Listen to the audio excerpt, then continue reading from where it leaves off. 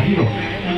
anggun kidang-kudang mandiri pribadi sinembuh kawibawan mukti hanya Prawati Sekar mayang kayu klepu diwadalu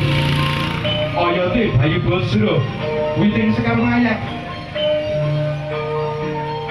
Pradopo Megoro Mendri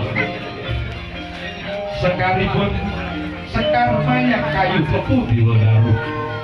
anguwahaken wujuding Pratima kang bangkit tata jati tumuli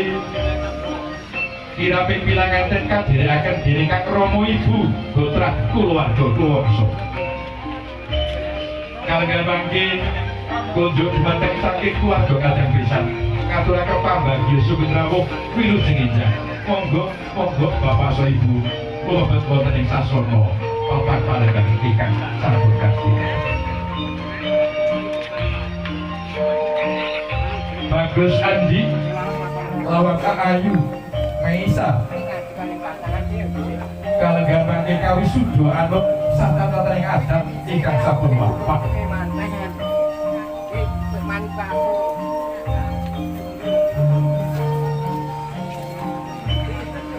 monggo Bapak so Ibu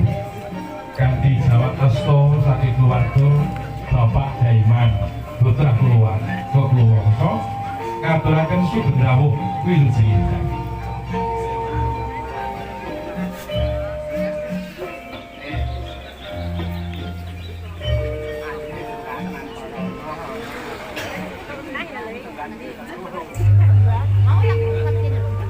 Dobro teman-teman kasebadan sedya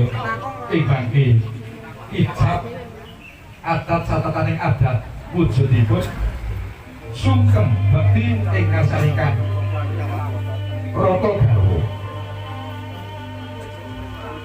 tangkeping asta tumembah sungkem mari kelu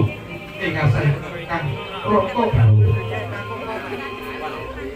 wong Bagus Andi semeneng wonten saluhing pasangan pinanganten putri bekti sungkem ing asari sang guru laki Kang Arso Den Switani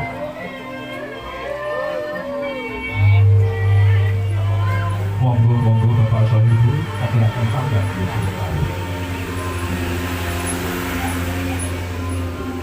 tumuli mangke putra pinanganten sekalian